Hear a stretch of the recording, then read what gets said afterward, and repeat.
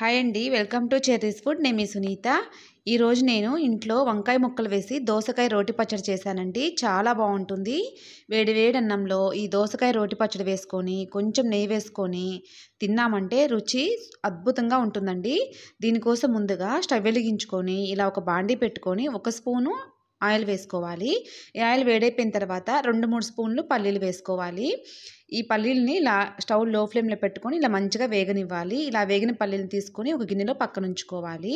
ఇప్పుడు ఇదే ఆయిల్లో పెద్దవైతే 2, చిన్నవైతే 3 వంకాయలు తీసుకొని ఇలా శుభ్రంగా కడుక్కొని ఇలా చిన్న ముక్కలుగా కట్ చేసుకొని వేసుకోవాలి. ఈ వంకాయలను కూడా ఇలా ఆయిల్లో కొంచెం వేగనివ్వాలి. ఇలా వేగుతూ ఉన్నప్పుడే ఇందులో ఒక చిటికెడు సాల్ట్ చల్లుకోవాలి. ఇలా చల్లుకోవడం వల్ల వంకాయలు చేదు రాకుండా ఉంటాయండి, కరుడెక్కకుండా ఉంటాయి అన్నమాట. ఇలా మంచిగా వేగిన ఈ వంకాయ ముక్కలను కూడా తీసుకొని ఒక గిన్నెలో పక్కన ఉంచుకోవాలి. ఇప్పుడు ఇదే బాండీలో 2 టమాటాలు, బాగా పండిన టమాటాలు తీసుకొని శుభ్రంగా కడుక్కొని ఈ టమాటాలను కూడా ఇలా చిన్న ముక్కలుగా కట్ చేసుకొని వేసుకొని ఇంకొక స్పూన్ ఆయిల్ వేసుకొని ఈ టమాటాల ముక్కలను కూడా మంచిగా మగ్గనివ్వాలి. ఇలా టమాటాలు మగ్గుతూ ఉన్నప్పుడే ఇందులో ఒక 1/2 స్పూన్ జీలకర్ర వేసుకొని ఈ టమాటాలు మగ్గనివ్వాలన్నమాట. ఇలా మంచిగా మగ్గిన తర్వాత ఈ టమాటా ముక్కలను కూడా తీసుకొని ఒక గిన్నెలో పక్కన ఉంచుకోవాలి. ఇప్పుడు అదే బాండీలో ఇంకొక స్పూన్ ఆయిల్ వేసుకొని ఒక 7-8 పచ్చిమిరపకాయలు ఇలా శుభ్రంగా కడుక్కొని వేసుకోవాలి. ఈ పచ్చిమిరపకాయలను కూడా ఇలా గరిటెతో కలుపుకుంటూ మంచిగా వేగనివ్వాలి. ఈ పచ్చిమిరపకాయలు ఇలా మంచిగా వేగిపోయిన తర్వాత స్టవ్ ఆపేసుకొని ఇంకా వీటిని పూర్తిగా చల్లారనివ్వాలి. ఇవి చల్లారిపోయేలోపు ఇలా మీడియం సైజులో ఉండే దోసకాయలు 2 తీసుకోవాలండి. ఈ దోసకాయలు పచ్చిగా ఉండాలి, గట్టిగా ఉండాలన్నమాట. ఇప్పుడు ఈ దోసకాయలను శుభ్రంగా కడుక్కొని పీలర్ తోటి ఇలా చెక్కంతా తీసేసుకోవాలి. ఇలా చెక్కు తీసిన ఈ దోసకాయలని చాకుతో ఇలా మధ్యలో కట్ చేసుకోవాలి. ఇలా కట్ చేసుకున్నాక ఇలా మధ్యలో ఉండే గింజలను ఒకసారి తీసుకొని కొంచెం నోట్లో వేసుకొని చూసుకోవాలండి. మనము చేదుగా ఉంటాయి ఒక్కోసారి.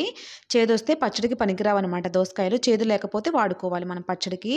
ఇలా మధ్యలో ఉండే గింజలన్నీ తీసుకొని గిన్నెలో వేసుకొని పక్కన ఉంచుకోవాలి. ఇప్పుడు ఈ దోసకాయల్ని చాకుతోటి ఇలా సన్నగా ముక్కలుగా కట్ చేసుకోవాలి. ఈ దోసకాయ ముక్కలు ఎంత సన్నగా కట్ చేసుకుంటే పచ్చడి ఎంత బాగుంటుందండి, చూడటానికి తినటానికి కూడా. ఇలా సన్నగా కట్ చేసిన ముక్కలన్నిటిని ఒక గిన్నెలో వేసుకొని తీసుకోవాలి. మీరు కావాలంటే మనం తీసి పక్కన ఉంచుకున్న ఈ గింజలు, దోస గింజలు మొత్తమైనా వేసుకోవచ్చండి. నేను మొత్తము వేయట్లేదు, కొన్నే వేస్తున్నాను అనమాట. అలా అని గింజలన్నీ తీసేసినా కానీ పచ్చడి అంత రుచిగా అనిపిదండి. ఇప్పుడు ఒక మిక్సీ జార్ తీసుకొని ఇందులో మనం వేయించుకొని పక్కన ఉంచుకున్న పచ్చిమిరపకాయలు, పల్లీలు, వంకాయ ముక్కలు ఉన్నాయి కదా అవి, టమాటో ముక్కలు అన్నీ కూడా ఈ మిక్సీ జార్లో వేసుకోవాలి. నేను ఇందులో 1 స్పూనున్నర ఉడికించిన చింతపండు పేస్ట్ వేసానండి. మీరు కావాలంటే చింతపండు అయినా వేసుకోవచ్చు, కానీ చింతపండుని టమాటాలు వేగేటప్పుడు మధ్యలో వేసామంటే మెత్తగా అయిపోతుంది. మీరు మీ రుచికి సరిపడా ఉప్పు వేసుకోండి. ఒక 5-6 చిన్నులపాయ రెబ్బలు వేసుకొని మిక్సీ జార్ మూత పెట్టుకొని మరీ మెత్తగా కాదు, అలానే మరీ బరకగా కాకుండా గ్రైండ్ చేసుకోవాలి. ఇలా కొంచెం బరకుంచుకున్నామంటే సరిపోతుందండి. మనకి ఇలా ఉండడం వల్ల రుచి బాగుంటుంది, తినేటప్పుడు కూడా రోట్లో నూరిన ఫీలింగ్ ఉంటుందన్నమాట. ఇప్పుడు ఇలా మిక్సీ వేసుకున్న ఈ పచ్చడిని మనం పక్కన ఉంచుకున్న దోసకాయ ముక్కల్లో వేసుకోవాలి. దీంతో పాటే సన్నగా తరిగి శుభ్రంగా కడిగిన కొత్తిమీర కూడా కొంచెం వేసుకొని ఈ పచ్చడితో పాటే ఈ దోసకాయ ముక్కల్లో అంతా కలిసేలాగా కలుపుకోవాలన్నమాట. ఇలా అంతా కలిసిన తర్వాత ఒకసారి చూసుకోవాలన్నమాట. మనము ఉప్పు అంతా సరిపోయిందని చూసుకోవాలి. మీరు ఉప్పు చాలకపోతే ఇప్పుడు వేసుకొని కలుపుకోండి, సరిపోతుంది. ఇప్పుడు ఈ పచ్చడిని పోపు వేసుకోవాలండి. స్టవ్ వెలిగించుకొని ఒక బాండీ పెట్టుకొని అందులో కొంచెం పెద్దగా ఉండే స్పూన్తో 2 స్పూన్లు ఆయిల్ వేసుకోవాలి. ఈ ఆయిల్ వేడైపోయిన తర్వాత కొంచెం పోపు గింజలు వేసుకోవాలండి. పోపు గింజలు కొంచెం ఎక్కువగా వేసుకుంటే దోసకాయ పచ్చడిలో తినేటప్పుడు చాలా బాగుంటాయండి. ఈ పోపు గింజలు మంచిగా వేగిన తర్వాత 2 ఎండుమిరపకాయలు కూడా ఇలా మధ్యలోకి ఇరగదీసుకొని వేసుకొని ఇవి కూడా వేగిన తర్వాత కొంచెం ఫ్రెష్గా ఉన్న కరివేపాకు వేసుకోవాలి. ఈ కరివేపాకును కూడా వేగనిచ్చేసి పోపు మంచిగా వేగిన తర్వాత మంచి స్మెల్ వస్తుంది కదండి, అప్పుడు ఇంక స్టవ్ ఆపేసుకొని ఈ పోపును తీసుకొని మనం కలుపుకొని పక్కన ఉంచుకున్న దోసకాయ పచ్చడిలో వేసుకోవాలి. మీరు కావాలంటే ఈ పోపులో కొంచెం పసుపు కూడా వేసుకోవచ్చు అండి, ఇంగువ కూడా వేసుకోవచ్చు. నేను వేయట్లేదు.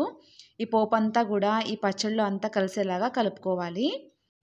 మనకి ఇంకా దోసకాయ రోటి పచ్చడి రెడీ అయిపోయినట్టేనండి. ఈసారి ఎప్పుడైనా మీరు దోసకాయ రోటి పచ్చడి చేయాలనుకుంటే ఈ విధంగా ఒకసారి ట్రై చేయండి, మీకు తప్పకుండా నచ్చుతుంది. వేడి వేడి అన్నంలో ఈ పచ్చడి వేసుకొని కొంచెం నెయ్యి వేసుకొని తిన్నామంటే రుచి అద్భుతంగా ఉంటుందండి, అంత బాగుంటుందన్నమాట. ఈ వీడియో మీకు నచ్చితే తప్పకుండా లైక్ చేయండి. మీ ఫ్రెండ్స్కి ఈ వీడియో తప్పకుండా షేర్ చేయండి.